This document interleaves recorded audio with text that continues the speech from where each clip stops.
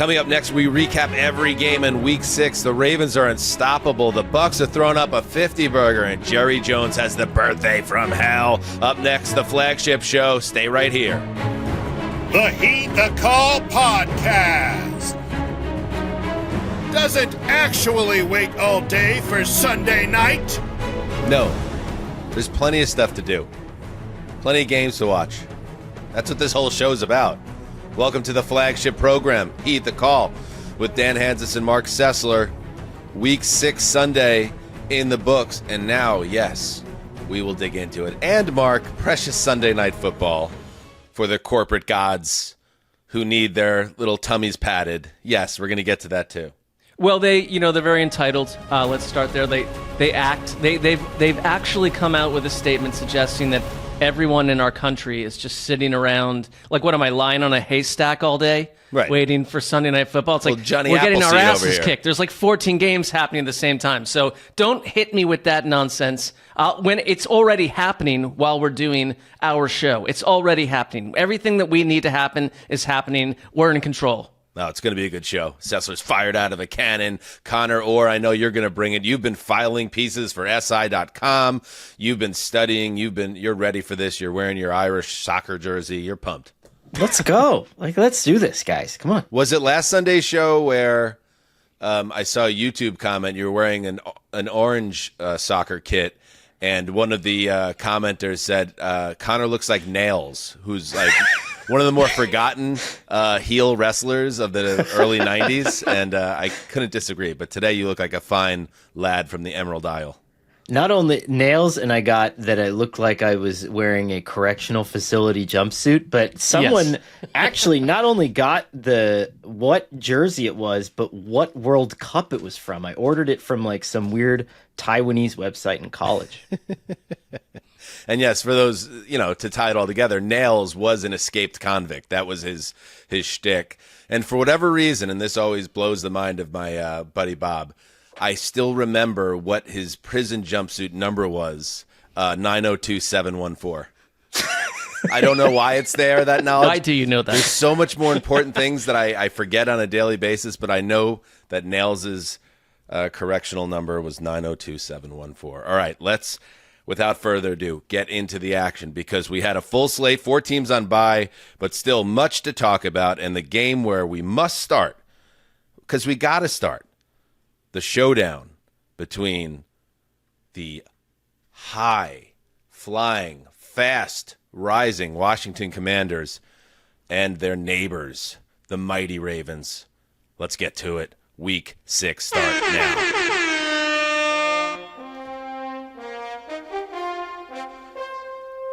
Wait for it. Wait for it. Wait for it. And cue Zuzzer. They call it the Battle of the Beltway. But this wasn't quite the back-and-forth bayonet warfare the final score may have led you to believe. In fact, not since Beverly Sufton, the anti-hero of the John Waters cult classic Serial Mom, has Baltimore witnessed the enemy killed in such a cheery, breezy, effortless manner. Are those pussy willows? You don't wear white shoes after Labor Day, and you don't get to come to M&T Bank Stadium these days and walk out alive. Buckle up, Scotty. Ravens 30, Commanders 23. And there it is. I mean, listen. The final score. It's a one-score game when the Ravens take over with 2:48 to play in the fourth quarter. But honestly, if you watch this game, it felt like it was 50-23. That's how comfortable it felt for Baltimore, which is saying something given this team's recent history, not even recent, just ongoing history in the John Harbaugh era, struggles to close out game and blowing leads. But not here. There wasn't any of that anxiety in the stadium. You could feel that even when you're watching from home. And it's because their offense is just in such a groove right now. And the Commanders are going to be okay, and we'll talk about the Commanders. The Commanders are going to continue to be a fun team to watch, but this was a measuring stick game, and it just showed the things that the Commanders are not good at, which is the side of the ball where Jaden Daniels doesn't play, is going to hold them back when they play the cream of the crop teams. But I think they could beat pretty much anybody else. So the Ravens here get another big game from Lamar Jackson, who went over 300 yards passing in back-to-back games for only the second time in his career, which actually really surprised me. But He shredded the Washington defense. Their secondary really struggled. And Derrick Henry, another huge game for Henry. And this is a move that made so much sense at the time when it happened, Marc Sessler, when Henry signed with the Ravens. But it's even been better than they could have imagined, because he is now the second player in NFL history to total over 600 yards rushing and 8+ touchdowns in his first 6 games with a new team, joining Eric Dickerson with 83 Rams. He went over 132 yards and 2 touchdowns in this game, and the Ravens could not be slowed down. It's kind of great when you see, because I think free agencies obviously exploded to the point where teams go crazy in the spring, and so much of it doesn't work out, and we kind of know it won't, but we talk it up. But when it does work, like it's working right here with Henry and the Ravens, and the fact that also Todd Monken and the Ravens are working, this is another week that proves to us that the Todd Monken offense is here to fly. And we got Mark Andrews back involved today. We got Zay Flowers with a massive game. You've got Derrick Henry puncturing a Washington defense that had no idea what to do with him. And you get another week of Lamar Jackson playing the way that he is. It's more proof positive that this is the AFC's biggest threat to the Chiefs, and more dynamic than the Chiefs in many ways on offense. More dynamic. So it's I want to see them play again, and they will. But this is it wasn't a trap game, because I think we know the Commanders are imperfect on defense. But it's just you went out and did your job, and that to me is that's a big development for the Ravens, to be consistent, to dominate, to go out and hammer people. And Connor, that's 484 yards in this game. The Ravens averaged 7.6 yards per play. And yes, they lost their first 2 games of the year and now have won 4 straight. And lest we forget, week 1, the opening Thursday game, ended with, Isaiah Likely's back heel or whatever it was. They nearly stole that game. In a lot of ways, this team feels, and I know it ended poorly last January, but last year in the regular season, the Ravens were one of the best teams we've seen in recent memory. This team is starting to look like they have that type of ceiling again. What sold it for me was that first Derrick Henry touchdown, and you watch the way that they lined up, and you get Patrick Ricard, and he's coming off, and you love this idea of he's doing the legal version of the cheat motion, and you just love this idea of 9,000 pounds of humanity coming towards you and destroying you. But if you watch that touchdown again, the key block on that play was thrown by Zay Flowers, the smallest guy on the field, and just to a man, 1 through 11, everybody is so dialed in and bought into an offense that doesn't always necessarily feature their playmakers. And I think that's when you know you have a good thing going on, when you got Zay Flowers throwing critical blocks. Yeah, Zay Flowers has become, everything that the Ravens could have hoped for in this game. This was his stat line at halftime on Sunday. 9 targets, 9 catches, 132 yards, an average of 14.7 yards per catch. He was just, everything he was doing was working. He was finding wide open pockets. The guy has a mind meld now with Lamar Jackson, and it was, for years, Mark, we talked about Baltimore's inability to hit on wide receiver in the draft, and they tried, and it was something they struggled with. Flowers is the real deal, and I'm glad you brought up Mark Andrews, because I know he's had a lot of injuries. And I know his stat line doesn't explode at you at this game, but if they could find a way to make him a part of the offense in an organic way, that's going to take them from, nearly impossible to deal with to potentially an unstoppable juggernaut. That's again why I keep on saying ceiling. There is no ceiling. There's a chance for this offense to be the best in the league. So the fact that it came at the expense of the Commanders, who were getting all the pub, I'm sure it was a really nice feeling in that locker room to be able to remind everybody that, not only are we the best team in this region, we're the best offense despite what everybody else is saying. I went to college in Washington, D.C., and I took in the summer when I stayed there once, they had a train called the Mark train, M-A-R-C. I don't know why they ever named it that, but I would go down to Orioles games because it was the Cal Ripken streak year. And the one thing you picked up was that these cities don't like each other in the way that a sports team rivalry forms. And so it matters a lot on that front. I think this was, for the Ravens, I just look at them, and there's 5 straight scoring drives of 8+ plays. And that kind of thing is what I love. Long drives where you're kind of bleeding Dan Quinn's defense down, because it's been a pretty good defense. It's overachieved compared to what I thought. And this today was just another step of the Ravens saying, we are the AFC North's best team. Let's stop that nonsense right now. You've got to come get us. And yes, you can be the team getting the headlines all week long, Jaden Daniels and your friends. But here we are, and I've been anti-Ravens for since the team came out of the womb of the Cleveland Browns. But I see this team, and they play football in a way that I enjoy. And if you're curious, Jaden Daniels was good. I mean, he was not the problem. Daniels went 24 for 35 for 269 yards. Terry McLaurin, again, went from the orphan boy with the club foot and the cane to Christmas morning, the rich millionaire's house with the roaring fire and all the gifts he could ever desire. Now he has a true franchise passer. He has 2 touchdown catches in this game. And that's kind of what I meant as we kind of bring this recap to a close is, Connor, they're going to be all right. They're going to be fine, but this was a little bit of a wake-up call. If you want to really be a Super Bowl contender, you're going to have to get better on the other side of the ball. And that's not to say they can't, and they have the right coach to do it, but this was a little bit of a temperature check, and it's not Super Bowl white hot for the Commanders in reality just yet. Not Super Bowl white hot, but probably mostly what you want. Because if you're Dan Quinn, you're thinking, I could fix the defense. What I can't fix is if Jaden Daniels sees the Ravens for the first time and freaks out, right? And sees like some sort of weird simulated pressure or anything like that.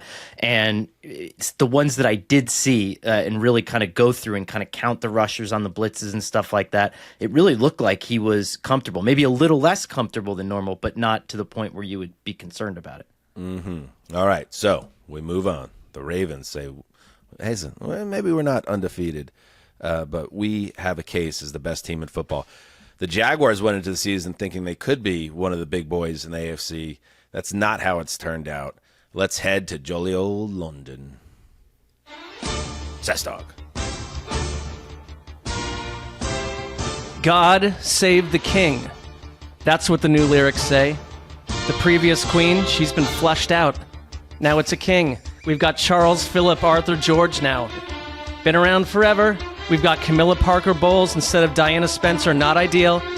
Who is God saving here? You get the sense Charles is involved in dark magic, very atypical dinners, secret British worlds within worlds, with no game plan for big/beefy Cole Kmet, multiple touchdowns, doubling as Chicago's long snapper too, Keenan Allen healthy and scoring multiple touchdowns too, Camilla Parker Bowles, 0 yards, 0 scores, Caleb Williams shines bright. 23 for 29 large plays on the ground, 4 touchdown throws.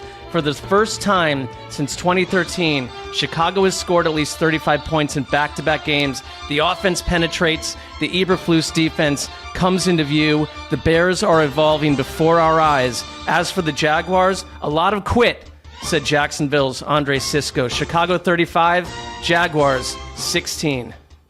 Well, let's start right here because we have a lot of overseas listeners. They might not like that you said the queen was flushed out. I mean, she had an incredible life. She took over. Her father died suddenly. She took over at a very young age. She very noble. Handled no, I don't the position with yeah. grace and dignity for like half a century, and then as time does with all of us, it eventually takes us.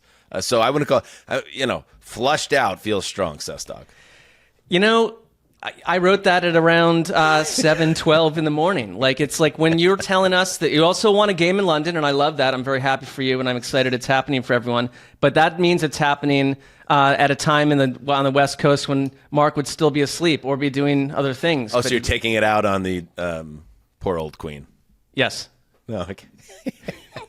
And the Bears are taking it out on the Jaguars, who are one of the worst teams in football. And, at this point, Mark, this feels like, now you have to ask the question. Doug, they have another game in London, which has got to be real pleasant coming off a loss like this. So it'd be very strange to make a change now. But now Doug Peterson has got to be in the crosshairs of everything. In fact, you mentioned Cisco said, there's a lot of quit he was seeing out there. Right. And then you have Doug Peterson step up to the podium, and he has this to say. There's still, what have we played, 6 games? So we play a 17-game schedule. So yeah. We got a few more games left. Right. So nothing nobody's gonna feel sorry for us. Nobody's gonna say, okay, but we've got to change. I say we. It's all of us, coaches, players, everybody. We have got to change right now that culture. Culture in October, Mark? Now, right? I mean, these are like London's little teacher's pets, right? And they're 1-5, and like if you do anything well, it should be you go to London and you take care of business. I don't see a lot of much of a plan to the Jaguars right now. I see parts, and you can kind of feel like this is how the Jaguars have always felt to me. Like you can see elements and concepts and ideas, but it's not coming together. They were not terrible today by any stretch, but I thought this game was about Caleb Williams just announcing like there's more than one rookie quarterback in the NFC that can do special things. And I was pretty drawn in and taken away by his performance. It's like this offense that was under a lot of critique 3 weeks ago has evolved and changed in just a number of weeks, and it was a pretty interesting watch. I'm happy, Connor, that we're not one of the shows that was piling on the Bears and counting them out when they had a very rough start. That there was a primetime game where Caleb Williams got absolutely destroyed. And, yeah, you were a little bit nervous that this could be another Bears quarterback struggling through a rookie season. But now every single game he's getting better. And in this game, he threw 4 touchdown passes, and he's just in total control of the offense. And it just keeps having these very strange tie-ins and vibes to the RG3 and Andrew Luck rookie year, right? Where it was so obvious that, at least from the get-go, that one quarterback was starting hotter, but also had a better offense, was a little bit more mobile, and you kind of are seeing the line graph sort of coming together a little bit, and it really has been. I mean, Caleb Williams, you look at throws that he did not make, especially in terms of timing, those first 2 weeks, he's getting rid of the ball faster, and he's way more confident. And this is the crazy part, like, wait until he actually gets command of the offense in a year or two, and starts doing a lot of the stuff that can make him more comfortable in real time. Like this guy's going to be special. This is a crazy stat. How is this possible? But it is possible. It tells you so much about the Bears and their inability to ever find a guy. And now it's starting to feel like they found a guy. That he now has 9 touchdown passes, Mark, in 6 games, which is good. That's the second most ever by a Bears rookie quarterback. Ever. This is a team that is not, ever. They've not. It's crazy. It's not crazy that that stat is achieved now versus 30 years ago. But like, this is not a team that like swung and missed on 15 first-round quarterbacks. They just McNown. Yeah, they like didn't draft a bunch of these guys though. But this is like they had 5 touchdowns. Yeah, but in recent history, Mark, there's been obviously Trubisky and right. Fields. Like they have taken some big swings at the position in the last decade, and obviously those didn't work out, and now it looks like it finally is happening. It is. He can play. I think it's like we're in a world now where like you can find out pretty quickly how you feel about some of these rookies. Some of them take time, but like when they've got it, they got it. And they had like 5 touchdown drives and 6 marches and looked completely in control. It just, to me, that I think the story is like how like Shane Waldron was under fire like a fortnight ago, and suddenly the offense is like a point-scoring machine that is hard to contain, and the weapons now are working. Like the Cole Kmet thing today, like just the fact that these pieces, and you have Keenan Allen is healthy again, that helps. Like this was not a functioning offense the same way a month ago. It now seems relatively unstoppable, and it's like this division, by the way, is insane. And the Bears are a real factor and look like a playoff team. And we're going to get to the Lions in just a bit, and the absolute devastating situation that occurred with their best defensive player, and how that can change that division potentially. And you're right, like you have the Vikings on bye, undefeated, a Bears team that is clearly on the come up now, and the Lions, who are at least entering play Sunday, was a popular pick to come out of the NFC, and obviously can still be that team, although they're facing a big challenge here. The Bears. I think it's really good for football. I think it's good, and it's good. I was thinking about that. You mentioned the RG3 Lucky or Connor. we don't have enough good quarterbacks in the league. So when you have a year where the number 1 and number 2 overall pick come in and they're ballers and they rescue cities that have been waiting forever to have guys that can actually play the position, that's a big boon for everybody ultimately. So, I mean, maybe not if you're an NFC North fan, you're not a Bears fan, you're not loving this development. But the rest of us, this means more good primetime games, new matchups, differences in how January looks potentially down the line. It's all good. I love it. Yeah, I don't know if we realized how desperately in need we were of like a regenerative quarterback class. And we'll get to more later, but I think we might be like 3 or 4 deep here. So Spicy. All right, let's keep on moving. Up next, we head to Big D with Conor Orr. After his team was absolutely obliterated and boat raced out of their own stadium 47-9, a scoregami by the way, drowned out by chants of Jared Goff. Cowboys owner Jerry Jones probably said, "Ha ha, well, sometimes when you paw at the hornet's nest and the cider donuts taste more like Junebug Jangler's brandleberry pie." Or whatever, something like that. Dak Prescott threw 2 picks, 1 in the red zone, while the Lions put up 492 yards of total offense and scored on their first 9 drives. But obviously this win was bittersweet given that star edge rusher and NFL sack leader Aiden Hutchinson clearly, just a gruesome leg injury and was carted off the field. This was a really tough moment here for the Lions. Brutal, man. And it was an absolute celebration with all those third Lions quarter fans. they were this game was in hand. Yeah. And it's the type of injury, if you're old enough, you've seen whether it's, Joe Theismann or insert gnarly leg injury here. Fox did not show it more than a couple times, but if you did go back and watch it, clearly the leg broke and flopped over. It's sickening, and there was a report that came down shortly before Sunday Night Football that Hutchinson would need emergency surgery staying in Dallas to repair a compound fracture of a bone, so the bone coming through the skin. So just obviously devastating, and you just hope, obviously he's lost for the year, and you hope his long-term football future is in a good place, but it's really, talk about taking the wind out of the sails of a team that is in full flight. Here's Dan Campbell on the Hutchinson injury. I hate it for Hutch. That's tough. It was tough, and he's in good hands right now. He's being taken care of. He'll stay back here, obviously he's going to be down for a little while. And so that's tough, man. It's hard when you lose somebody like him.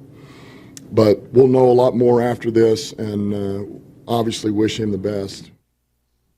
Yeah, Campbell holding it together pretty well there. As an emotional guy, I wondered if it would be he would get maybe tear up there. But obviously this is a very difficult situation. But Connor, also this is a team that has been built very well. Aaron Glenn's a very good DC. Campbell is obviously a guy that they work together as a staff. It's going to be a huge challenge to try to find a recipe on defense without Hutchinson, and it'll be the big plot line around this team now becomes, can they do it?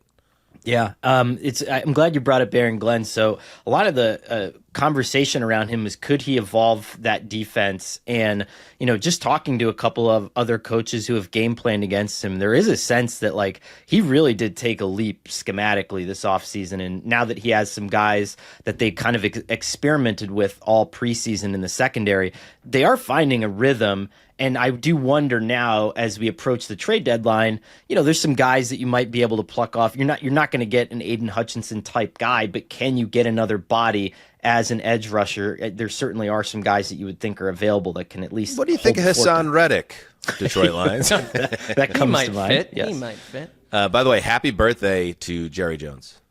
I'm sure the celebration dinner is going off right now in Arlington. Just to swing back to the Cowboys side here, obviously they're injury riddled. So and it's not an excuse, but it's important to point out that you don't have Micah Parsons, you don't have DeMarcus Lawrence. They're missing pieces really at almost every level. But it shouldn't be that easy. And I was just saying last week that they had a more promising effort the week prior, and it's like maybe Mike Zimmer needs more time, and we should give these DCs times to figure out their scheme with new personnel. But at the same time, like, I don't know how many more of these type of games, Mark, that the Dallas Cowboys can turn out before ownership is forced to make a move, whether that's Mike McCarthy on his ass or Zimmer is in and out the door in a matter of months. But it's almost like something has to change because the season is not only slipping away, it's embarrassing what's happening in Dallas. Well, yeah. So this went out on X/Twitter today that if you look at their last 4 home games and the scores at halftime of those games, and let's start with last postseason. Packers 27, Cowboys 7. Now we've got a new defensive coordinator. Maybe things are fixed.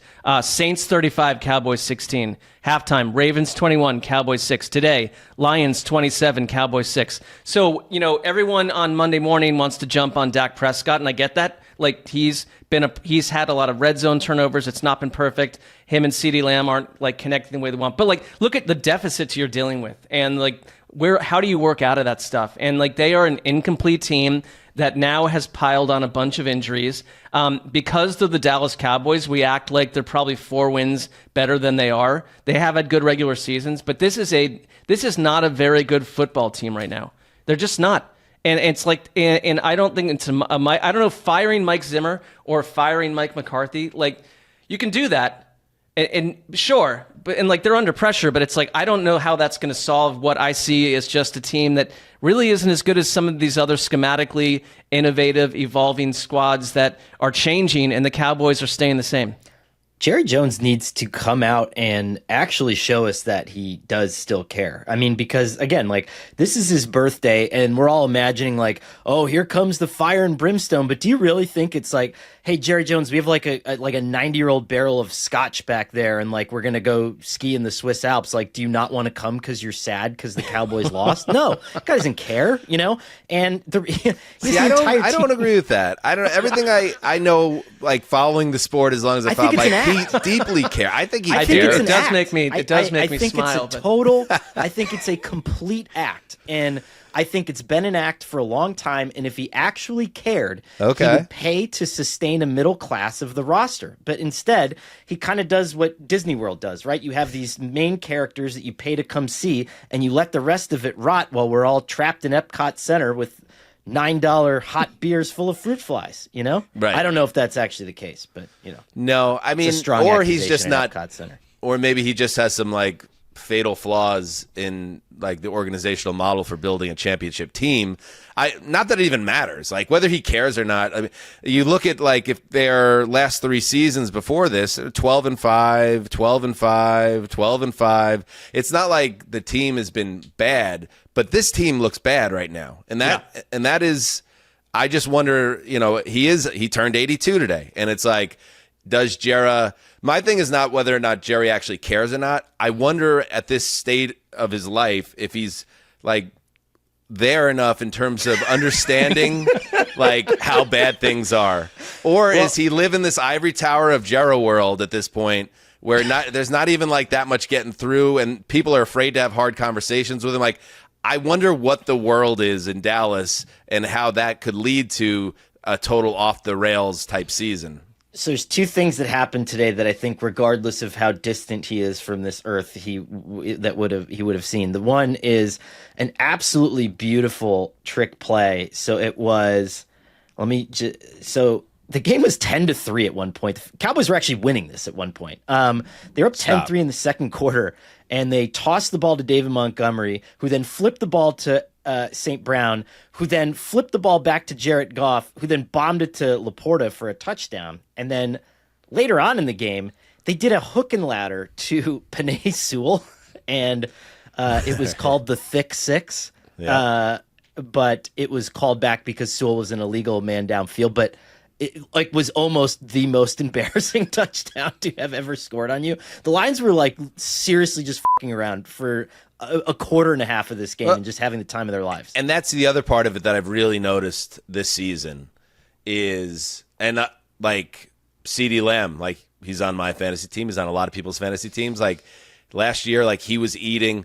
They can't even score in garbage time anymore. No one's ever open on this offense. And I tweeted something along those lines, and then you saw like a lot of people saying that's because they have an archaic scheme and all this. And maybe it is. Maybe, obviously, Mike McCarthy is not a young gun at this point in terms of building an offense. But at the same time, it was working fine like last year. But something has curdled, and they can't even do the easy stuff anymore. And they can't find a way to get the ball to Lamb consistently, and there's nobody else stepping up. And it's a mess. I think I like what you said, Connor, about the middle class, because it's like we're talking about the 3 or 4 stars, but if you really look at how the offense specifically is constructed, and that's what Mike McCarthy's selling us, right? The offense, like what he's going to do. Like behind CeeDee Lamb, there's not a lot to like at wide receiver. And yes, you can have Rico Dowdle can have a nice day, but in general, like your backfield doesn't scare anyone. Like there's just not a lot here. And like today's offenses, you want to be the offense that like creates enough confusion where you've got 4 or 5 guys that make you think about what's happening before every play. The Cowboys don't do that, and they're not going to do it all year. And to my point about Jera, I'm not saying he's infirm or anything, or it's like Joe Biden at the first debate or whatever. It's like I'm not. Well, maybe it's a little Biden. It's not like Biden first debate. When we read things on Friday, right? And it's like the headline on ESPN is Jera : we're saving Zeke for the end of the season. I'm like, is anyone telling Jerry that Zeke is like runs the ball like he's 97 years old now? Correct. So Mark brought up the perfect point, and I think he nailed it. And we got to go. We got to move. Okay. But like, yeah, give me one more thing, and then we'll go. Okay. All right. When you get destroyed like you did by the Packers last year, for example, a lot of teams, when they get blown out by another team, they take that as an opportunity to learn and to tailor their roster towards weaknesses. The Packers have 9 guys that can catch a ball on any given play. And to Mark's point, Dallas has none of that versatility. Everyone knows where the ball is going on every play. It's a problem. All right. Let's take a break. Hi, Justin. By the way, one more thing. Tom Brady, $375 million contract with Fox, and he's just going to be the beat analyst for a last place team all year? Like, what kind of allocation of resources is that? I was just bringing this up, I thought, on our other show, that like this is, on our Patreon show, that this is a weird way to use someone. I mean, if it's like a good competitive Cowboys team, I guess it makes sense because everybody's going to want to watch. But this version of the Cowboys will be a good test. Also, he got his minority ownership stake approved. We're just going to have an owner like calling games? Like, that's all silly. All right, let's take a break.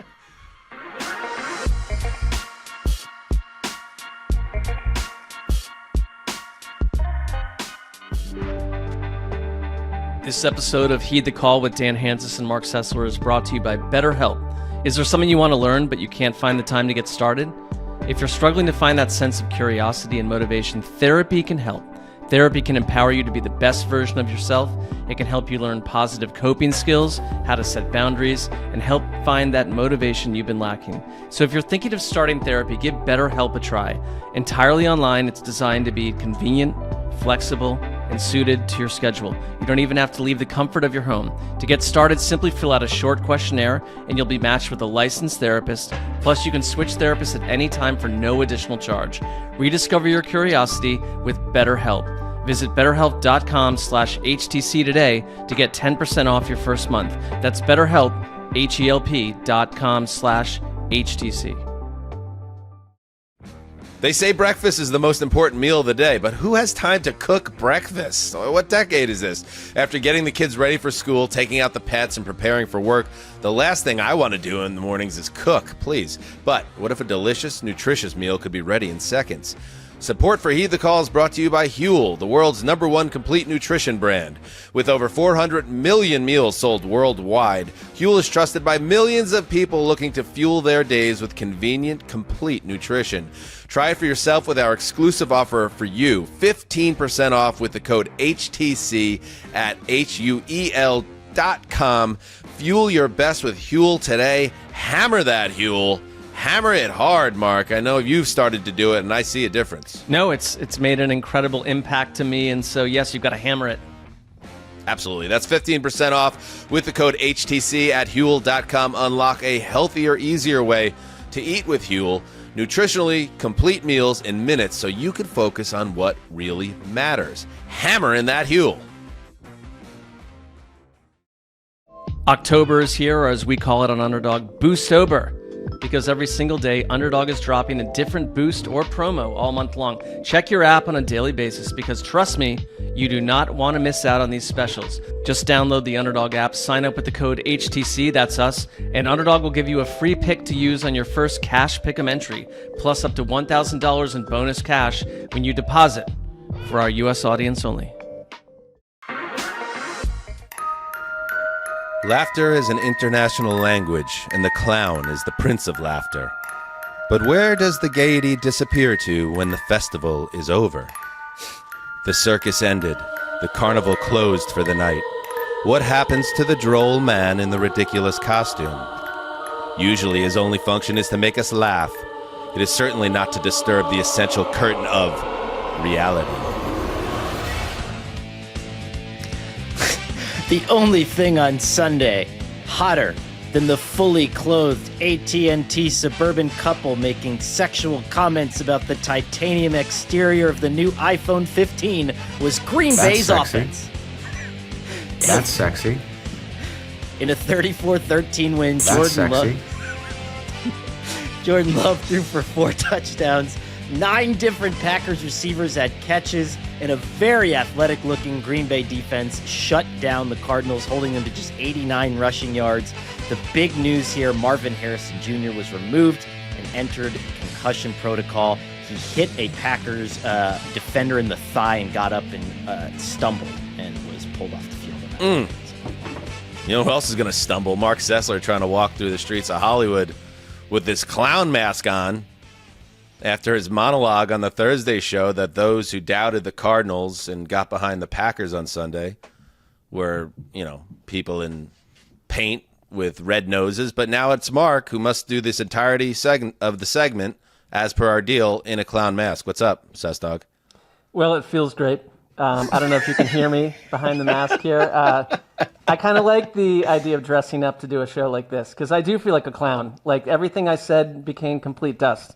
And that's not untrue of many things I say about pro football. So humbling, it's good to learn humility, and I'm just a large clown floating around the streets. This is like doing a album by album review with the bandmates of Guar. That's what it's like doing a show with Sessdog right now. Absolutely.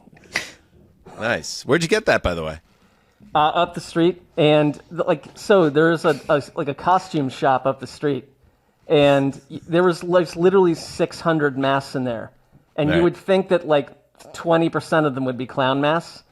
This was one of only 2 clown masks available. It's like they for some reason only 2 clown masks were available. So I'm glad. I hope you got the receipt so we could file that with Underdog to get your reimbursement. Yeah, and I knew this was and I do have a mask myself. It's upstairs. The boys were using it all weekend for various bits. But I knew it felt good about this because there's something about this Cardinals team that I don't trust. And in this game, Connor, they no-show essentially. Take us through the beginning of this game because this is a game where, as you're watching other games, you see the ticker, it keeps exploding, and you're like, oh my God, it's one of those games for Arizona. It was, but it was interesting that when Green Bay got up and they started scoring a lot, there were a few moments where you thought that they were going to sneak back into this game. I know I texted the group chat right before the half, and I was like, not so fast, guys. Green Bay had some kicking issues. The Cardinals were able to get back in, get a field goal at the end of the half. But there was this moment that I pointed to where it was a critical 3rd and 1, and they do kind of this zone read option thing. And Evan Williams, who's a Packers 4th-round pick out of Fresno State, just gets into the backfield and he faces Kyler Murray almost like a bear and squares him up. And Kyler Murray's one of the most athletic players in the league and had nowhere to go. And he just dropped him 3 yards behind the line of scrimmage. And at that moment, you're just like, wow, if you can match them man-to-man athletically, you don't let Kyler Murray get ahead and get ahead of steam early in the game, this team's going to have a hard time, and they can't play from behind. They really can't. It seems like everything's cooking here. And Mark, you must be watching. You're wondering, Jordan Love comes back from the knee injury, and he's been a little up and down. But in this game, 22 of 32, 258, 4 touchdowns. He had a pick, but it came on a play where the receiver slipped. So this looked very much like the guy who tore apart the league down the stretch last year. And you're watching it like helplessly staring at that clown mask, knowing that's your future. Yeah, I don't know how to be taken seriously at this point, in this like specific situation. But yeah, I think the Cardinals are frustrating because they go and stick it to one team and then they go and do what they did today. But it is funny that you're just talking about the Cardinals' struggles right now. It's also really hot behind this mask. I would suggest it's about 25 degrees warmer than without the mask. But you've got to be encouraged if you're a Packers fan to see this specific performance from Love, because he was a little bit lower version of himself last couple of weeks, I thought.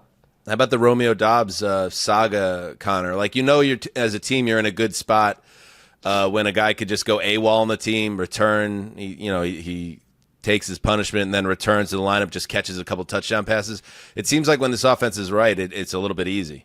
Yeah, and he was surrounded by everybody. Like they made like a very big display out of doing that with group hugs, which was weird for me because I've gone AWOL at 2 different jobs, and that was not the response that I had gotten from either of those places. So they didn't see you having the ceiling of like a Romeo Doubs type.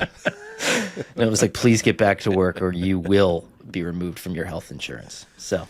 And how about the Arizona offense, conversely? Because, I saw that they got into it a little bit, try to make a game, but otherwise I saw, interceptions and, turnovers and sloppy play. Really, the story here, Dan, was penalties, because Arizona went into this game as the least penalized team in the NFL. 13 penalties today for 100 yards.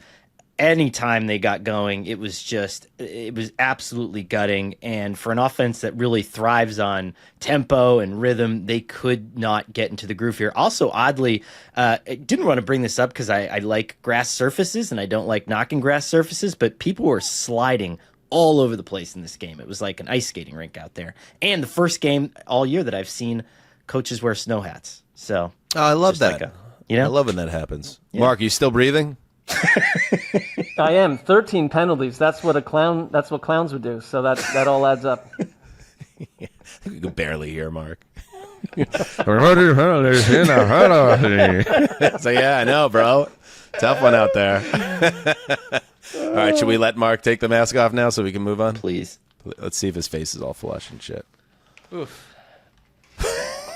Whoa. That's why I don't go to parties with, the dress up and do things. That's a great call, and there might be younger listeners to the show or, people that are going to parties, Halloween parties, which is one of my favorite times of the year as someone in my 20s in New York. Great Halloween parties, but you got to make sure that costume is functional. Absolutely. And breathability is near the top of the list. Absolutely. Yeah. Well, I've tested that one. I may never put that on my face ever again as a human. Just to, that's how that may play out. Save the receipt. All right, let's move to an NFC South battle. The NFC South, kind of dumb, but I mean that in a most affectionate manner. Actually, the NFC South is a big, sweet-natured, rambunctious, relentlessly dim golden retriever. You take it to play fetch, and it just stares at you as the tennis ball that you just fucking bought rolls down the hill and into the sewer. Does it frustrate you? Sure, but it means well, and it just wants to be loved. Yes, it was a goofy sports game under the roof of the Superdome, where the Tampa Bay Buccaneers used a hot start and a furious finish to dust the home Saints 51-27, a 50-burger. Dennis Allen's hot seat has returned to molten lava hot levels pre-week 1. This game was so weird, guys. It was 17-0 Bucs. Then the Saints scored the next 20 points. And then it was halftime, right? And then, the Bucs go out and they outscore the Saints 27-0. to get to that final 51-27 tally. And let's stay weird here. Here's the Saints by quarter point total: 0, 27, 0, 0. See, that's the type of scoregami that lights up my Christmas tree. I mean, I don't know. There's no way that's ever happened before in professional football. And so two things that jump out to me. First of all, you want to know, how did Spencer Rattler play his debut, the rookie QB, the 5th-round pick?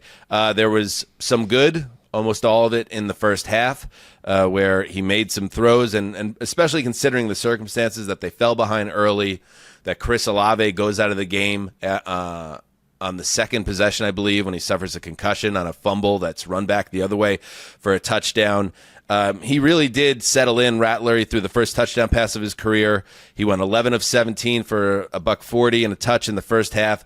But in the second half, and credit to Todd Bowles, who's been very hot and cold this season, I feel like, in terms of his defensive schematics, he said, all right, enough of this. Let's dial it up on this kid and see how he handles it. And Rattler really could not take the pressure coming his way. He went 11 of 23 for 103 and 2 interceptions in the second half, and that's when the game really got away, obviously, from the Saints. So, Mark, it's a New Orleans team that is very beat up, but at the same time, this was a Tampa team that had to leave their home state because of a hurricane and all the drama and distractions around that, and they just took it to this New Orleans team, especially the defense, which was pretty pitiful in this game.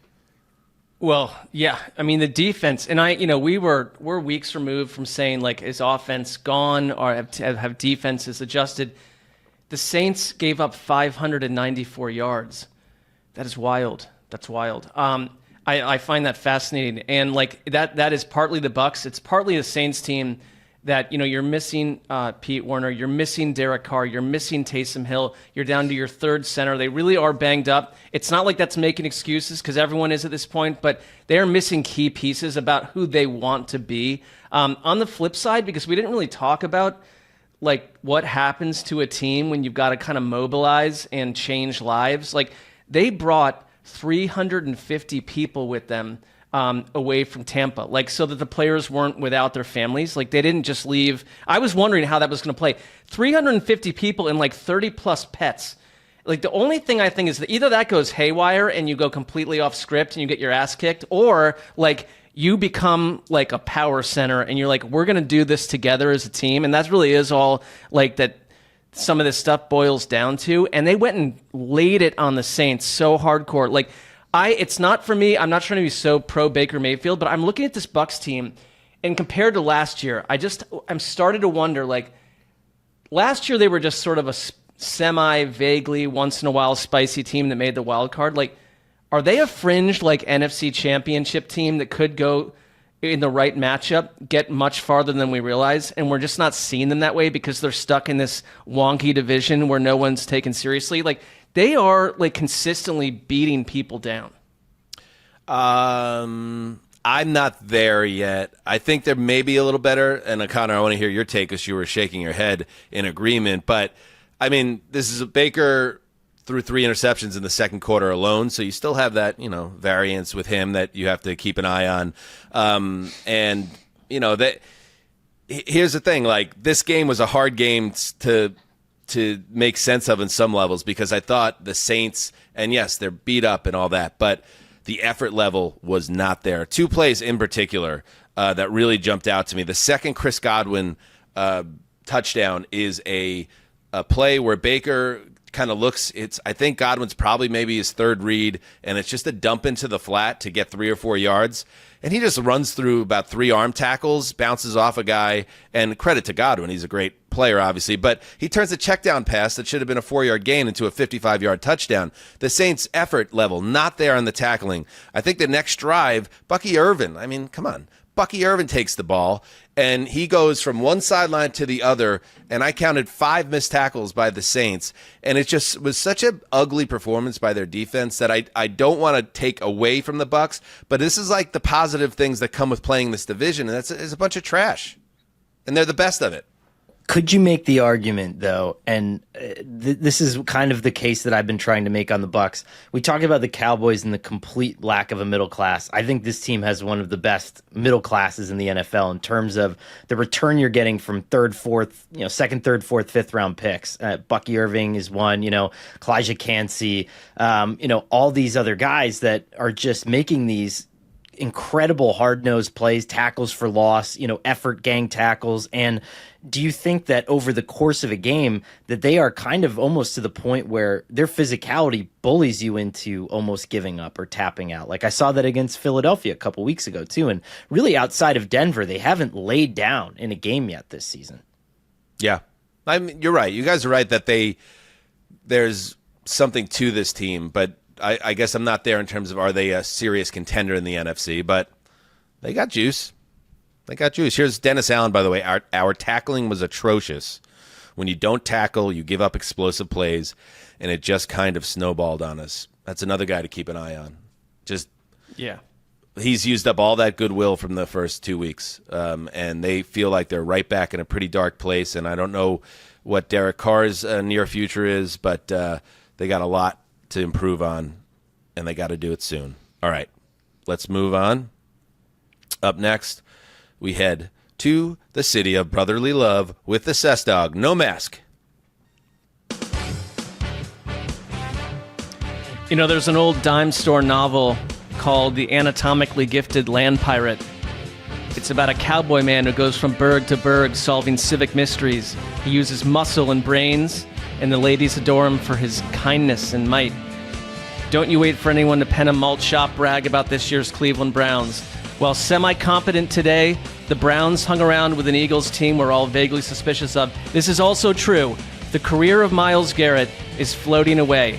He magically blocks a field goal that is returned for a score and keeps his team alive, not unlike a Lawrence Taylor figure of old.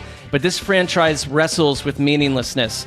Morally ponderous, Deshaun Watson starts the second half 11 for 11, but it doesn't feel that way. Not enough is happening around him. Not enough is happening within him. And the Eagles are a different team when A.J. Brown is back, with Devonta Smith as returns. Aesthetic issues exist. There's still a head coach.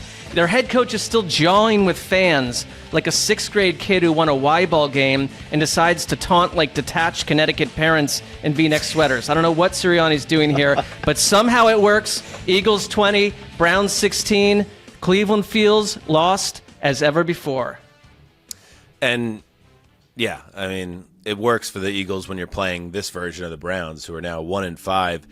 And after the game, again, and there was a stat that was floating around Twitter at halftime of this game. I think it was Strahan on the Fox halftime show said that Deshaun Watson was 0 for 25 on third down conversions. I don't know if that streak is still intact, but it was at halftime.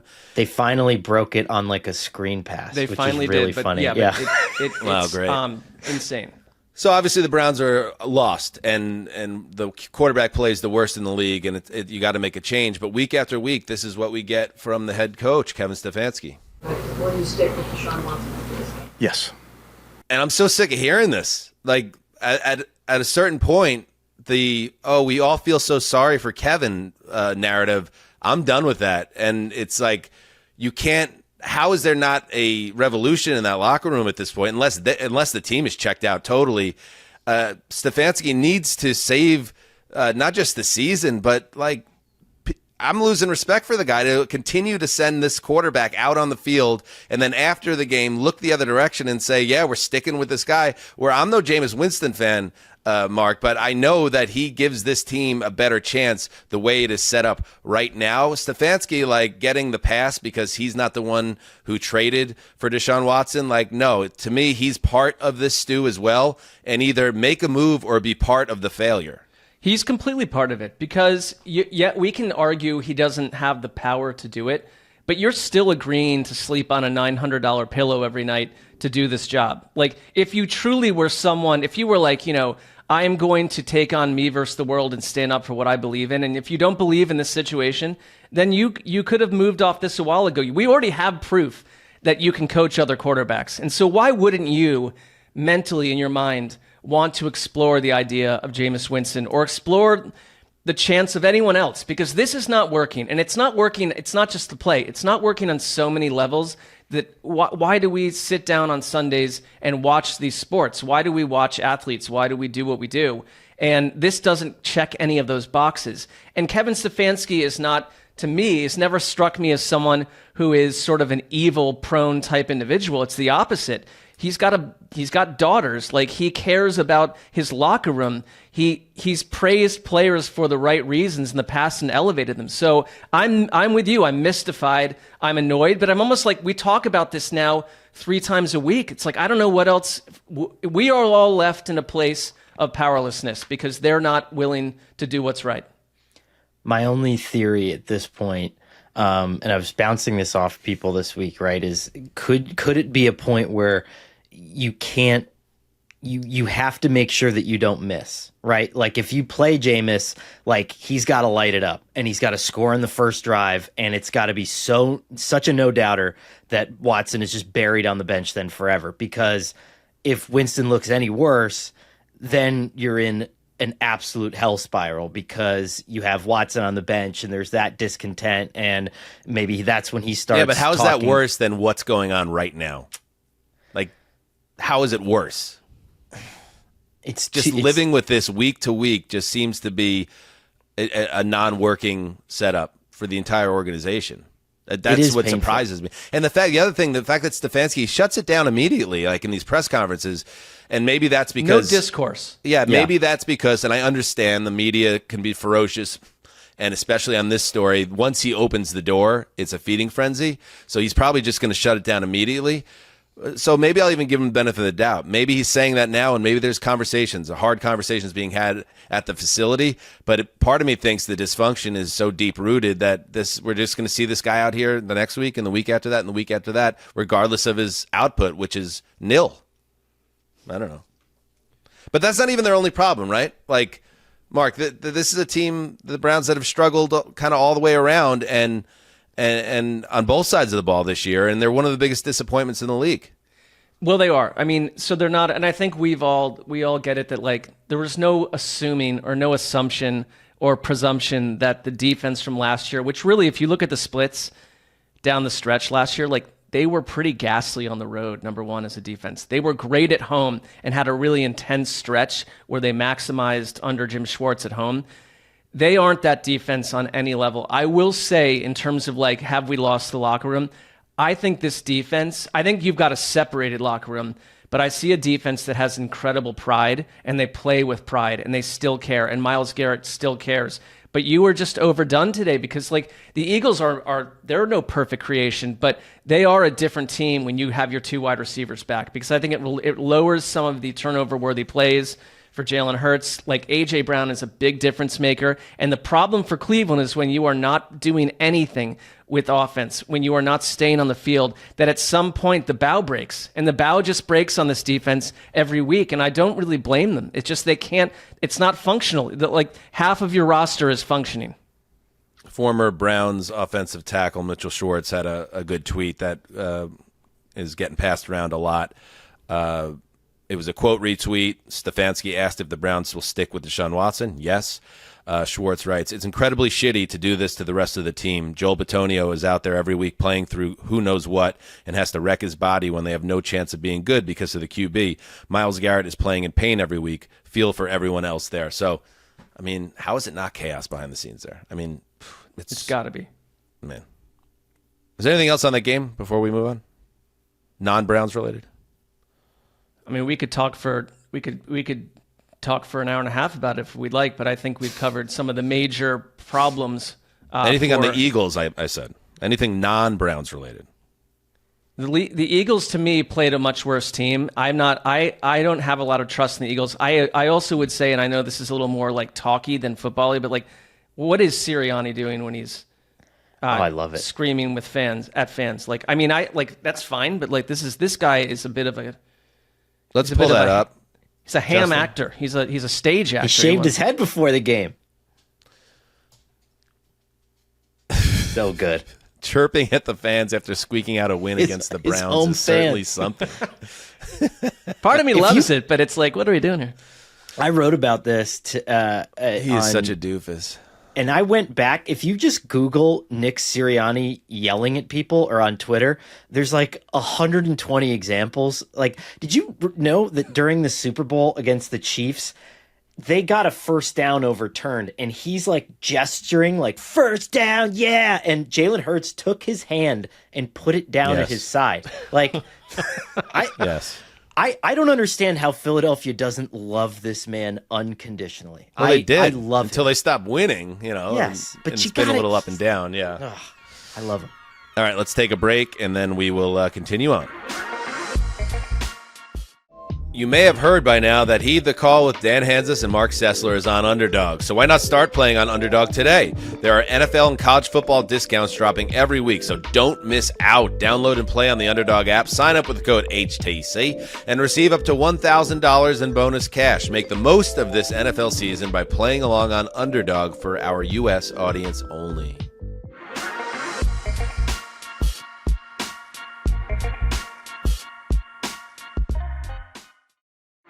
All right, Justin, I feel like after the latest sideline shenanigans from Sirianni, it's time to bring back a fan favorite from last year.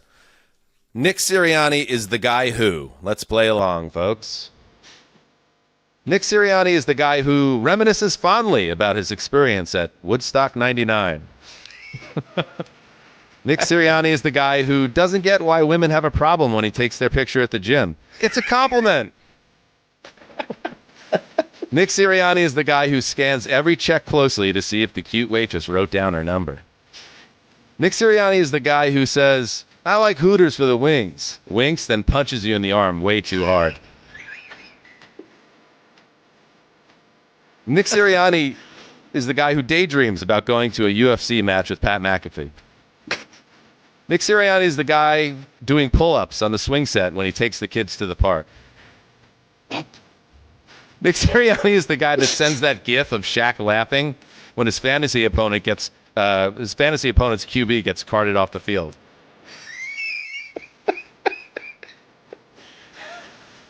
Nick Sirianni still does the Dane Cook shocker.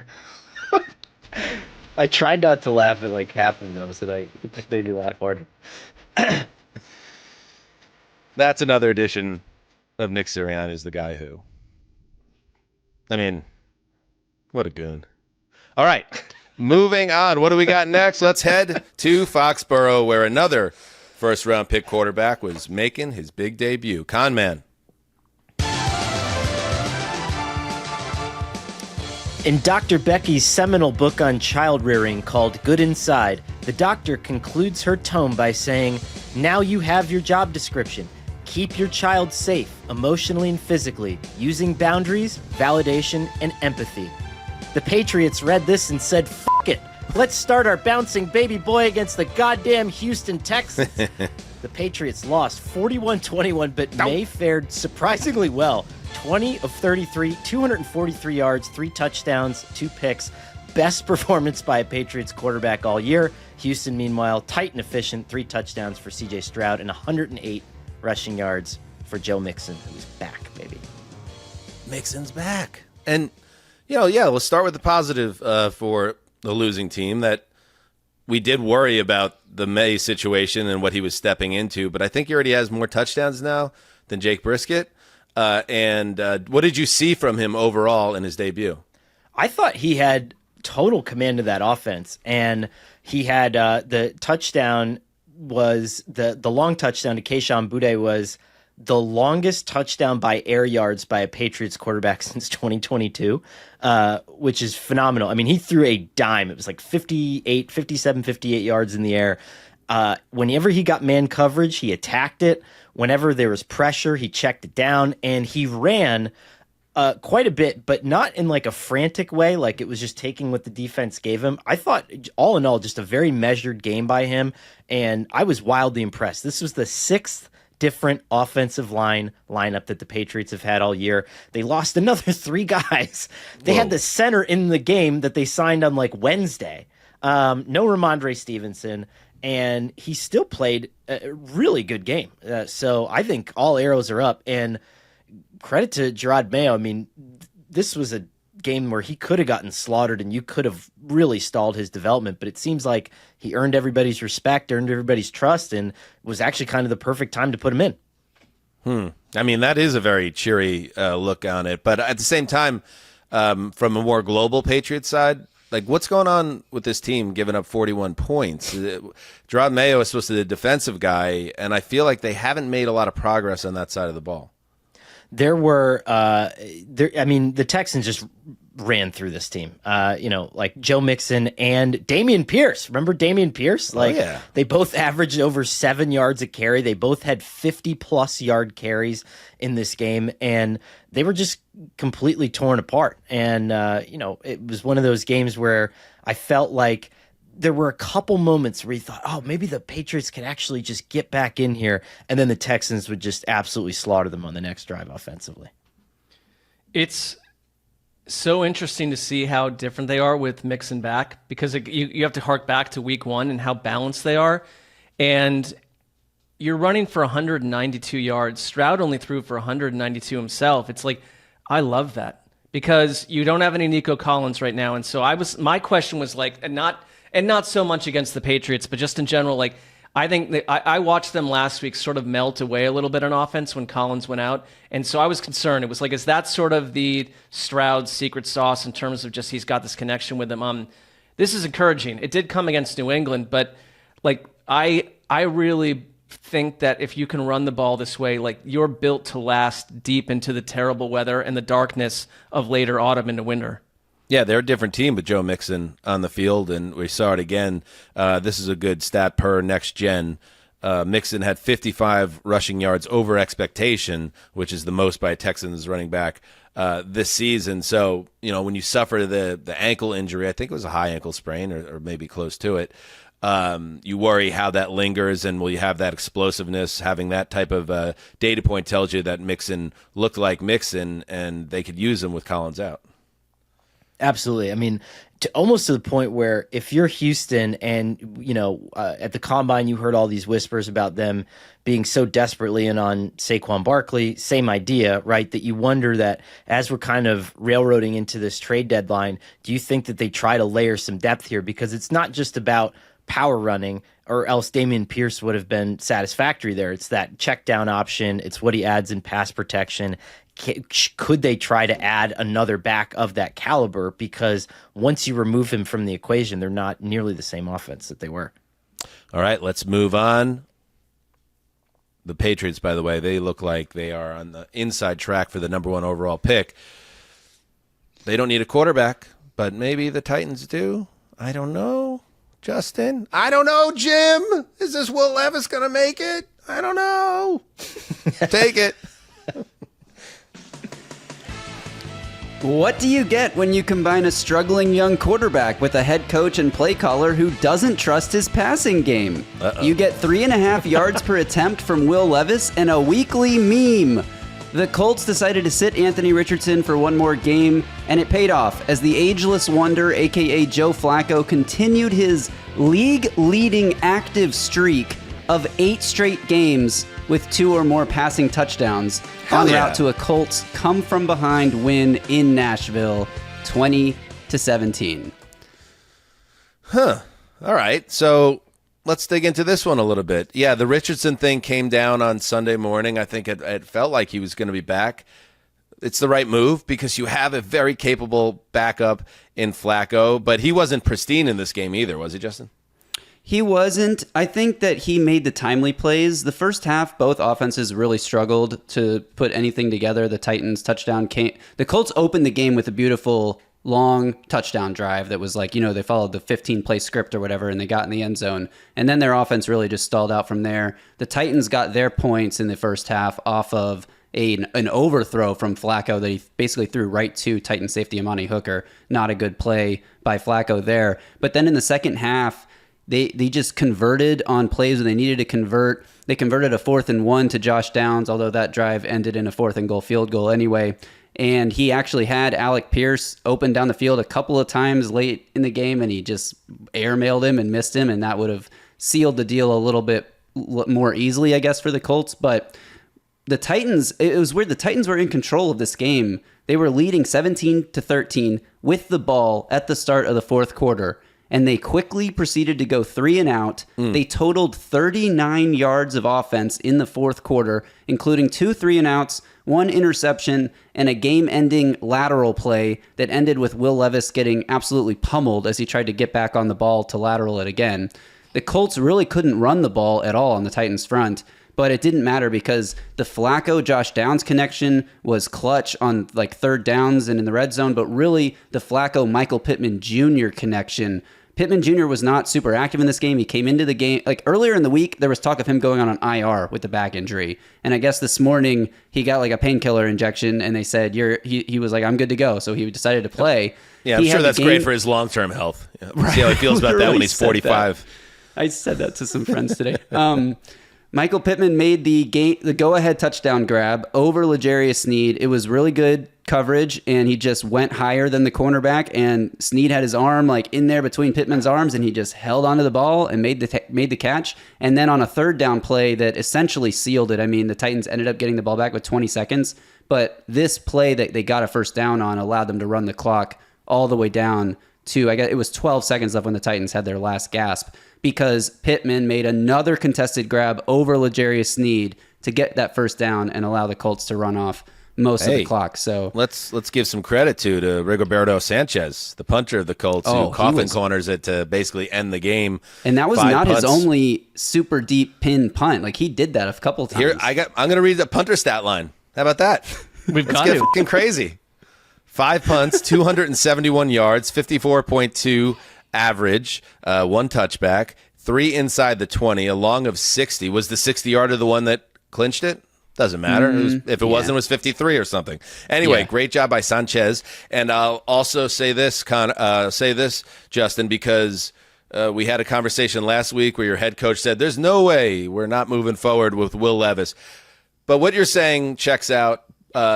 If what you're saying is true, and I believe it to be, because I know you understand this team, if the coach and the OC do not trust the quarterback, we cannot be sending out a quarterback that's going to throw for 95 yards and 3.5 yards per attempt every week. You either got to open it up or you got to get him out of there. But you can't do this half measure where you're playing Stone Age football, because it's not going to work. I fully agree. I feel like there's 2 competing interests happening right now for the Titans. On the one hand, they're trying to win. This is a new coaching staff. The GM's in his second year. Like, they have time to show that they're like improving and figuring it out. But at 1-4 or 1-3 going into this game, like at some point you got to win. You got to beat your division rivals. And on the other hand, they're trying to find out if Will Levis is going to be a franchise quarterback. They're trying to not destroy his confidence. So they're asking him to just throw these quick little screens and these little flare outs. And even the touchdown that he threw was on like a fake screen where the receiver who was, going to be the blocker leaked up the field and was wide open, because they had run already in 5 plays before the touchdown. They had run 3 quick screen type passes. And so then on the 6th play, you run the 4th one and you fake out the defense. It's just all in the interest of making it easy for Will Levis, right? Don't ask him to throw down the field. Don't ask him to read the defense. So they're trying to like manage that and get a win out of it so that he doesn't throw the game away. But at the same time, if you're trying to win, Will Levis is not the quarterback to win the game. Well, here's the other problem, Justin. Let him throw it or accept that you're going to lose. You give Calvin Ridley a $92 million contract in free agency, and you target that man. It's not for a lack of trying. You target that man 8 times today. His final stat line, I'll read it, 0, 0, 0.0, 0. And this is what he said afterwards. Is that a positive? Yeah, this is what he said afterwards. All right, then. So, I need something in the beginning of the game, too, then. Like, shit's getting crazy for me. So, I'm just, it is what it is. But yeah, that's... Yikes. Yeah. And you got a locker room. You got a locker room, and that's one of the highest paid players and a veteran. Like, that tells you a lot. His 8 targets... One of them was catchable, and from my estimation, watching this game live, he dropped it. He should have caught it. The other 7, one was like really late and underthrown. That was the interception. And the other 6 were like super low, super like on the side, like it's into tight windows, like bouncing the ball at his feet, like he wasn't open on most of these targets, which I don't know if that's his fault, the offense's fault, Levis making the wrong read or whatever. But it's not like he had 8 targets and he should have caught them. It was like he had 8 off target balls that how is anyone going to catch any of these anyway? I mean, the story to me is Shane Steichen, because it's the second year in a row that like you're winning games without your starting quarterback who can't stay in the lineup. And I know it's Joe Flacco and he's a bit of a superhero at this point, but like that's impressive. You don't have Jonathan Taylor. Like you don't have a running game today. You're right. A Pittman is like basically someone that I'm sure he was not even close to 100%. Like the Colts keep winning without their starters in the lineup 2 years in a row under Steichen. That's why they're dangerous. Yeah. All right. It helps to play Ryan the Titans. Kelly left this game with an injury too and did not return. So that's something to watch. All right, keep an eye on it. Let's move forward. Let's head to the desert. Ooh, jaunty. Don't let the sticky bandits know, but half the homes in Pittsburgh are empty on Sunday night. You know how I know? I watched Steelers-Raiders played in Vegas, where Allegiant Stadium was packed with 50,000 Yinzers cheering the road team, air quotes, to a 32-13 win over Aiden O'Connell and the Raiders. And gee, wouldn't you know it, a swap of the quarterback did not cure all that ailed the home Raiders. So, again, I do not enjoy. I do it professionally. I get paid to do it, watching the Steelers. And I still feel this way. They are not. I respect the process of the Pittsburgh Steelers and how they build a roster that is competitive, and how they have in TJ Watt a game-wrecking presence. You could argue that TJ Watt was responsible for a 13-point swing in this game with dynamic plays. All that's respectful. I still struggle to watch this offense, and I know they keep winning with Justin Fields. They're 4-2 now, but he did not play well in this game. His stats are pedestrian, 14 of 24, 145 yards passing, 11 for 59 on the ground. But upon closer inspection, he had a terrible interception in the red zone that was negated by a fugazi. I mean, you want to talk about not real. Roughing the passer penalty, and he had plenty of bad throws, off-target throws that cost them chances to put up points. So with Russell Wilson, who is a healthy number 2 in this game, ready for the Jets next week, I wonder if Tomlin would ever think about it. I don't think he will, though, because I don't think that's Tomlin's style. But, the Steelers did just enough on offense, and then the Raiders kind of did the rest in terms of imploding, so the Steelers get a W. I was wondering if this, Dan, would be the exact week to do it, right? Because you declared Russell Wilson the starter out of the gate, and then the only thing that negated that idea was the injury. And so if he came back and you weren't happy about what Justin Fields is doing, and God, I thought if he just knew where he was on that one play and actually threw that touchdown to Pat Freiermuth, we would have been feeling a little bit better about him going into this. But if you wanted to make the change, this is the week you would do it, because you would say, well, I always said that Russell Wilson was a starter, and now he's healthy. So, right. I totally agree. Like, you have that, the logic checks out. I just wonder if they want to mess with the stew, because it does work, especially when you play a lesser opponent like this. They're built to kind of grind out these type of victories, because the Raiders, Mark, in this game are really in a bad spot, because you got O'Connell, who is who he is, and we'll see what kind of player he turns into. But Devontae Adams, and by the way, spare me, football media machine. Like, we don't need, like, I saw tweets sent out last night by the various insiders that, and now appears that the Raiders could be open to keeping Devontae Adams. We know what that means. We know this is all part of the dance, and now that they're not getting what they want in trade offers, they're going to make it seem like they still... We miss us with all this. Just get back to us when the trade happens, okay? Do all your little behind-the-scenes maneuvering and texts and favors, like, back and forth, and just let us know when Devontae Adams is on a new team, because there's no chance Devontae Adams ever plays for the Raiders again. So don't send out that report telling us that it could be the way. It's insulting to us, the people.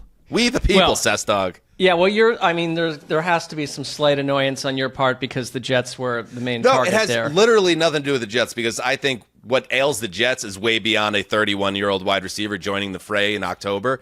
Okay. I'm just like, maybe I've been too close to how the sausage gets made now for that it actually actively annoys me when I see an Adam Schefter. It's not Schefter's fault. He does great work, but like a Schefter tweet telling us, like, it's basically just a lie. Like, it's part of the deal. Connor, like, you're close to it too. Like, why are you lying to us? You know what you're reporting isn't true. Like, we know what you're reporting is false and what the actual outcome is going to be. So why are we even doing this?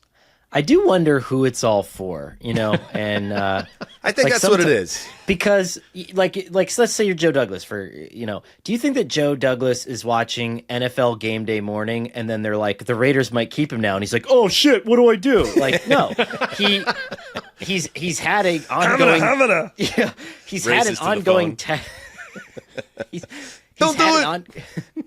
He's had a text chain with Tom Telesco for the last 4 weeks, and it's like, hey, I'll give you a 4 and a 4. No, just wait a week so I can tell Mark Davis that I tried harder. And then you leak that, and then Mark Davis is like, oh, look at what a good job he's doing. And then it's like, okay, I'll still give you a 4 and a 4, and then a 7 the year after that. Okay, cool. Well, we did it, and everybody high five. All these guys are friends. They all and we're the ones that just get dragged along with all this misinformation for the benefit of this inside the world. I still don't understand. What is it for gamblers or casuals? I don't know. Why is anyone watching a pregame show to begin with at this point? There's certainly an element of football fans, not taking shots here, but that how they do that are like, oh, now Davante Adams won't be traded anymore. Some people will take it as gospel, but if you're even remotely paying attention to how the sausage gets made, the trade will happen. The problem for you, Dan, is, and this is just a fork in the road for you, and it's gonna, it's a bit of a burden. You're too savvy. You know too much. You're too savvy. Put it this way: I am the HTC media insider. You never hear me floating that garbage to make an agent or a owner happy. No. Connor and Justin and I, we all know that you never would. We know that. Anyway, but O'Connell was put in a bad spot here because no Davante Adams, no Jacoby Myers. There was no element of a threat of a downfield passing again. Their running backs are Dylan Lau. See, I don't even know how to pronounce his last name. Laub? Yeah, I think he was on Little House on the Prairie season 4. And then Amir Abdullah, who, fumbles at the goal line, which is just, come on, just these killer situations, and it's aging Antonio Pierce in real time, like a 2-time sitting president.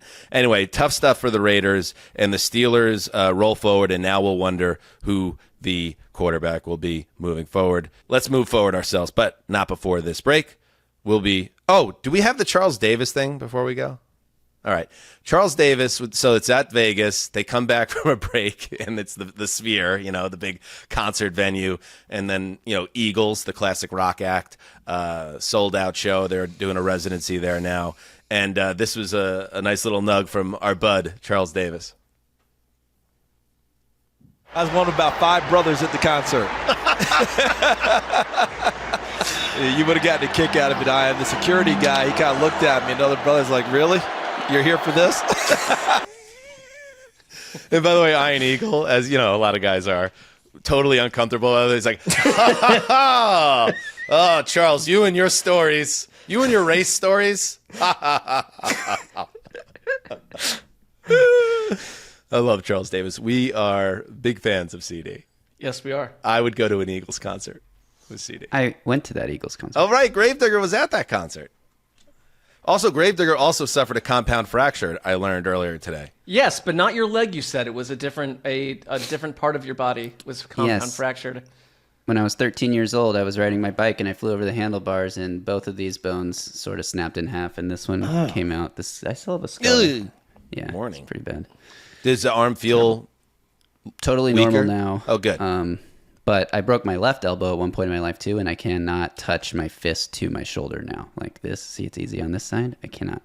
It's you gave us too much information. All right. Shit. Let's take a break. Let's take a break. By the way, but you could go on Twitter now and do like the Dr. Graver thing. It's like, my arm is fully healed, as will Aiden Hutchinson's leg, and forevermore. All right, anyway, let's take a break. Qualified blue check. Heed the Call with Dan Hanzus and Marc Sessler is on Underdog, so why not start playing on Underdog today? Underdog now has streaks. You can enter for $1, build up a streak, and win as much as 1,000 times your entry. Plus, you can cash your streak out anytime, so download and play on the Underdog app, sign up with the code HTC, that's us, and receive up to $1,000 in bonus cash for our U.S. audience only.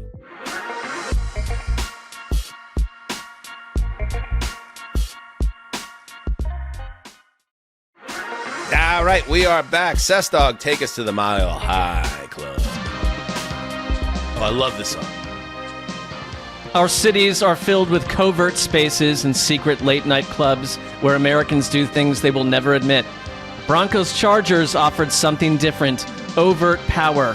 The vision of the Chargers, like it or not, came into view with Jim Harbaugh going to the blue tent to deal with an atrial flutter in which the upper chambers of his heart beat 250 to 350 times per minute. His brother in arms took over. Yes, it was just a field goal drive, but humans witnessed a Greg Roman scripted 76-yard march that peeled nearly 11 minutes off the clock over 20 plays. On 4 scoring drives in this game, Harbaugh's bunch went for 9+ plays, nearly 40 minutes of possession, 75 snaps. They aren't the sexiest, but they're bloody. They thump, they bite. Chargers 23, Broncos 16. Yeah, we had another game here, Marcus. I was all hot on the Broncos after the last 2 weeks, but then I saw at halftime it was another one of those, not just a bad half of football by the Denver offense, but like pitiful, like how you could stumble into more yards than that, and yet what happened? They had another bad day? Yes. I mean, to answer that question, yes. I think that in terms of what's happening with Denver's offense, it just seems like a week-to-week proposition. This is the Chargers defense that, and I know the Broncos have allowed the least amount of points per game. Chargers are tied with Steelers for number 2, and they looked like it today. And it really came down to, look at time of possession. They kept Denver off the field. They were able to run the ball well enough. I thought this was more of a Justin Herbert game than we've seen this season, where he's really been kind of hidden.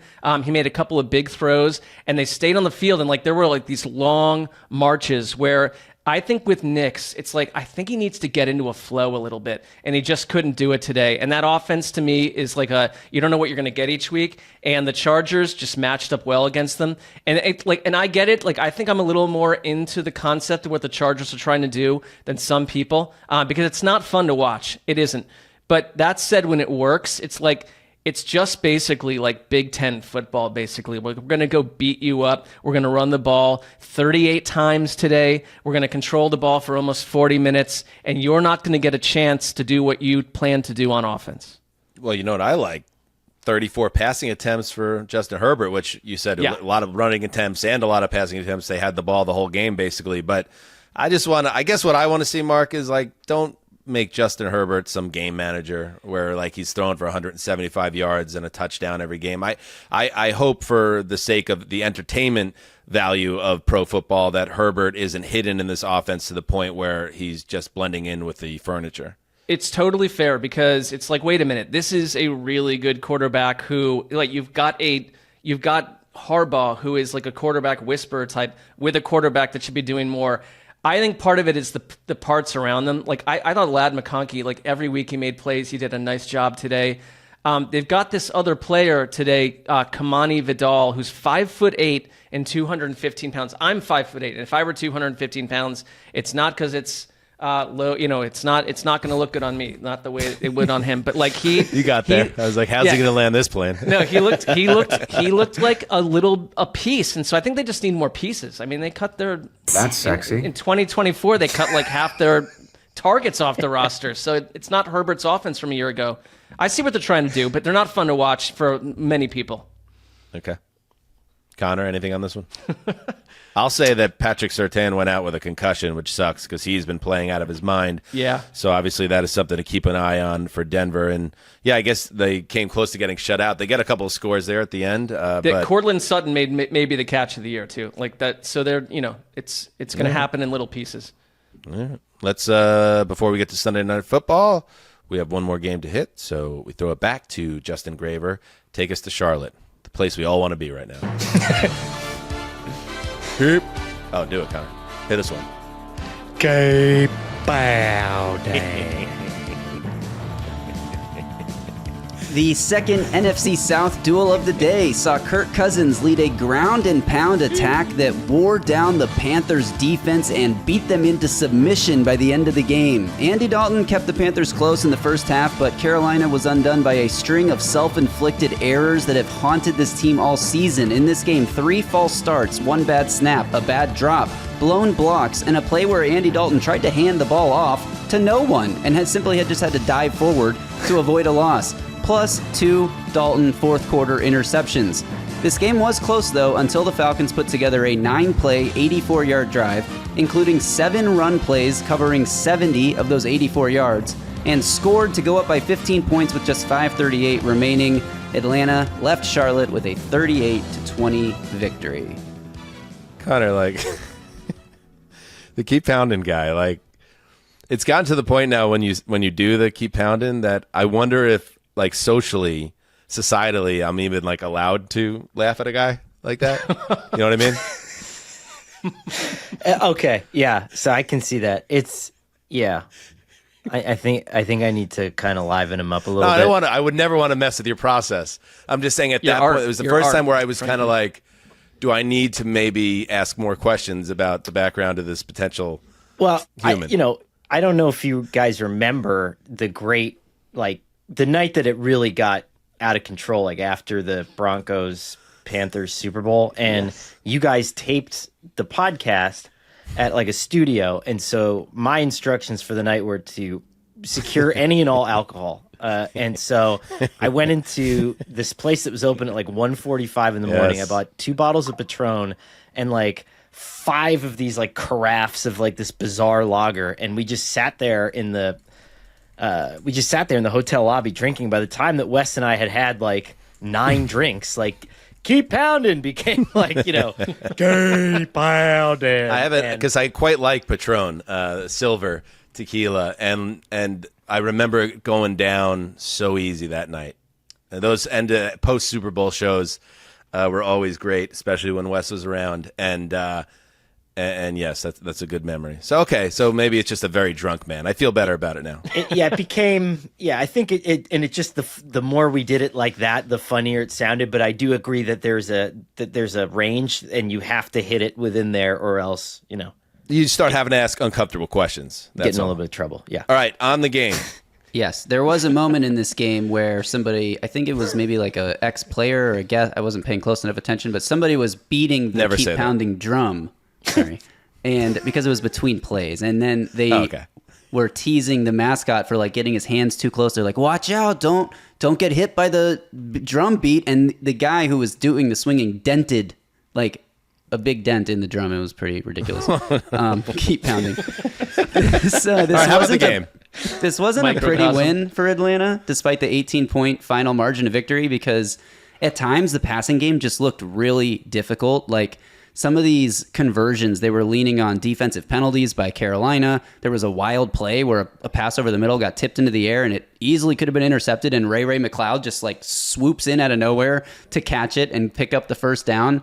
But in the fourth quarter, Raheem Morris and Zach Robinson, they relied on Bijan Robinson and Tyler Algier to close out this game. The two of them combined for 200 yards on the ground, 3 rushing touchdowns on the ground, on just 33 total attempts between the two of them. So if this recipe for Atlanta can work, like they haven't, keep in mind that Atlanta hasn't won a game where they were like leading until the final seconds yet this year. So in this one, they have a lead in the fourth quarter, and they're able to, I think, execute more what the vision of this team is, which is to just pound you into submission in the fourth quarter with a drive that covers 84 yards with 70 on the ground. Yeah, pound you into submission against the Panthers.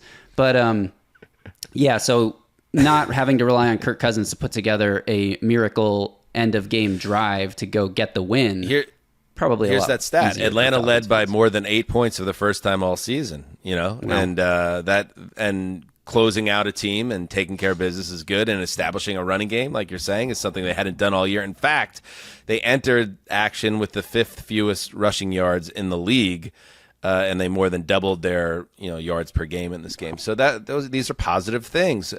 Coming off a 500-yard Cousins performance, these wins they've been getting, Justin, have been great and exciting and stunning, but not necessarily the type of play that leads to actually successful seasons. You got to have some of these grind out the dub type victories too. So add that to the ledger. Absolutely. And I don't know if you want to take it grain of salt because of your opponent and know that maybe this won't work every week, but it doesn't have to work every week. It just has to work enough weeks to get you to the playoffs. Well said. Well said. Pounded. All right. To Sunday Night Football. Oh, Sunday night. It was gut check time for the Cincinnati Bengals. Tied with the Giants in the second half, their season flashing before their eyes. But a big fourth down stop, a long Chase Brown run, and crucially, a Chase Brown fumble that bounced and skidded out of bounds.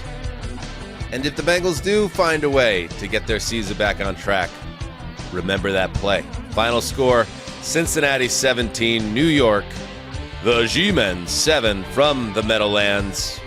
Mark, another game where when you think you kind of figure out the Bengals, like, okay, now their offense is fixed and now it's the defense. It's the offense that cannot get things going in this game, but the defense stepped up and made the stops necessary to keep their season alive, more or less. They did. You put up 25 on the Chiefs, 33 on the Commanders, 34 on the Panthers. We get that. The four of us could do that. 38 on the Ravens, and then tonight happens. I think it's a little bit of a Giants factor. I think the Giants, I'm a little annoyed by this game. Can I just be honest? We always want you to be honest on this program, Mark. Go ahead. Well, I like to lie a lot too. I like to deceive. But in this case, let's turn over a new leaf starting now. Okay. Well, I was going to come into a world where Giants have always been a pet team of mine. They kind of fascinate me. They're a little nasty. They're angry. They're imperfect. They're strange. And I think their pass rush, kind of sounds like you a little bit. Maybe that's why. True. But if you go back to what they did to Seattle, right? They blistered Geno Smith. They created total havoc, and I thought they were about to do it tonight, and it didn't happen. I'm more coming from the Giants angle, just to be honest, because it's I think the Bengals survive, but something about the Brian Daboll New York Giants have this energy to them. We're oh, well, all right, Mark. Can we calm down with the C poems about the 2-4 Giants, 0-3 at MetLife Stadium? Are we really going to lead this by talking about how cool the Giants are? I mean, come on. I can't help it. I was just sort of thinking this game was really fun to me, but the Bengals survived. They got just enough. But I'm more saying why did that happen? Why is tonight not a misstep? How about but this? Why is Connor, how about this? Giants defense is pretty good. It's pretty damn good. And even without Kayvon Thibodeau, their line can go get it. And Joe Burrow got his ass kicked in this game. And it may be a worse quarterback, Connor, throws the ball up for grabs a few times and makes some critical mistakes, and the Giants steal this game, and the Bengals are getting ready for 2025. But that's not how it played out, and they did what they had to do against an opponent that is, to Mark's point, I guess, better than people give them credit for, but still an opponent that you absolutely have to beat at 1-4 with everything on the line. I mean, Joe Burrow is so amazing that the two plays that he made in this game, it's a 47-yard touchdown run, and then to seal the game on 3rd and 13, a throw across his body to your fifth string wide receiver who's toe dragging out of bounds. And throughout the rest of the game, the Giants managed to tamp all that down, but it's inevitable at some point. He still is that good. Yeah, and you know what? Thank God, even though I still didn't love the process, how they called it, because last week I was furious about it because Burrow was playing the best football of his life, and they called the 3 runs in overtime that preceded the missed 55-yard field goal. In this situation, they don't do much better, to be honest with you, when they're trying to ice the game. They run the ball once. They run it outside for a loss of, I believe, 3. Then they run it straight into the line, and it's 3rd and 12, and now they're in shotgun with an empty formation. So it's once again, you're putting first of all, you didn't let Joe win the game last week. Now you put him on an empty formation, 3rd and 12 against that Giants pass rush. And to Burrow's credit, his ability to extend that play and then put it right on the money to a player who's not one of his impact stars. That's the special sauce, and why I can't quit the Bengals, even though even this game I'm still kind of guys. I mean, this is the best you could do, in terms of the urgency meter on a 12 out of 10, squeaking by the Giants, fumbling the ball with under 2 minutes to play, almost Byersing the situation. Come on. They're not a great football team. And I think on last Wednesday, where did I put them, at number 9 or something overall? And I know why I did that, but you're asking us where you put them? No, I put them in them at like number 9, but like they can't run the ball very well. They don't have like a foundational running back that helps you in some of these situations.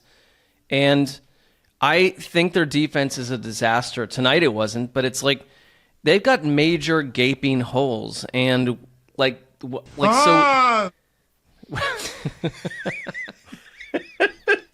You know what? We're at the point of the night where I'm just gonna let that. I'm gonna just let that like bookend my comment. All right, good. Yeah, so I'm not 2 and wrong 4. though. They're an incomplete team. Of course they are. I mean, the fact that they entered this game where they were tells you so much about them. But guess what? They got the Giants win, and then they get to go to Cleveland. The Browns are an absolute mess right now, so you like their chances in that game, and then you see what they get, see where they're at that point. But a much-needed win. Burrow made the big play at the end, and Jamar Chase was mostly bottled up in this game, but on the drive where they kicked the go-ahead field goal, he had a big catch and a big a run. So it's like you saw in bits and pieces what Cincinnati needs to do, but if to beat the big-time teams, you need a better all-around effort. It was just enough today. Meanwhile, the Giants at the end of the season are going to look at like possibly 2 playoff teams. If the Bengals really do turn this around and get into the mix in the AFC, and the Commanders, 2 teams that they would have beaten or at least taken into overtime if they had a field goal kicker. It's wild. Tough. Wow, true. And I'm not going to go down a Giants rant, but like they draft well. I think their draft class is pretty. They're nasty. I'm just like Tyrone Tracy to me is a bit of a Tracy fantastical creation. Like I think their pass rush is really. Mark, what happened in the interim when we taped the bulk of the show and missed Mark? Tyrone Tracy is like 200 plus yards over the last 2 weeks. I think he's taken over their running back position, number 1, and their pass rush. Mark, he averaged under 3 yards a carry tonight. I know, but he's a college wide receiver that turned into a running back, and he's used very well out of the backfield as a receiver. And you can go look at what he did tonight on that front. But their pass rush, there's just something about the Giants where I'm don't blow all this up in 2 months. I know we're gonna, but it's just something about it feels like you're building something that feels like the New York Giants to me. But I know they'll probably just wipe it away. I like the Giants. That's my childhood team. So, all right. Okay. Outside of the Browns, I'm saying, we sat in the same, we lived not, all of us lived close to each other. So it's the Giants to me are a team that I think I can see it with their draft class, and I know I'm barking up the wrong tree, but I think there's a toughness to them, and it's not documented tonight because they lost. I get it, but Justin, how you doing? What's up? Just trying to wrap up the pod so I can get the edit out so we can get the pod up for the people. All right, good. Let's do that. Bengals 17, Giants 7. We will be back Monday night with the Monday night recap and news rundown. And then, as you know, the whole cycle begins again. So make sure you check that out. But that is it for today. We hope we gave you the content you wanted. And if we didn't, we're just going to try again. We're like the New York Giants. Just try hard. Just win it Mark's heart. One down at a time. Is that the game we waited all day for? That's the one. Well, that's the point. That's what they tell us. And they're right. That's the deep state. Yeah, absolutely. All right. Until next time, heed the call.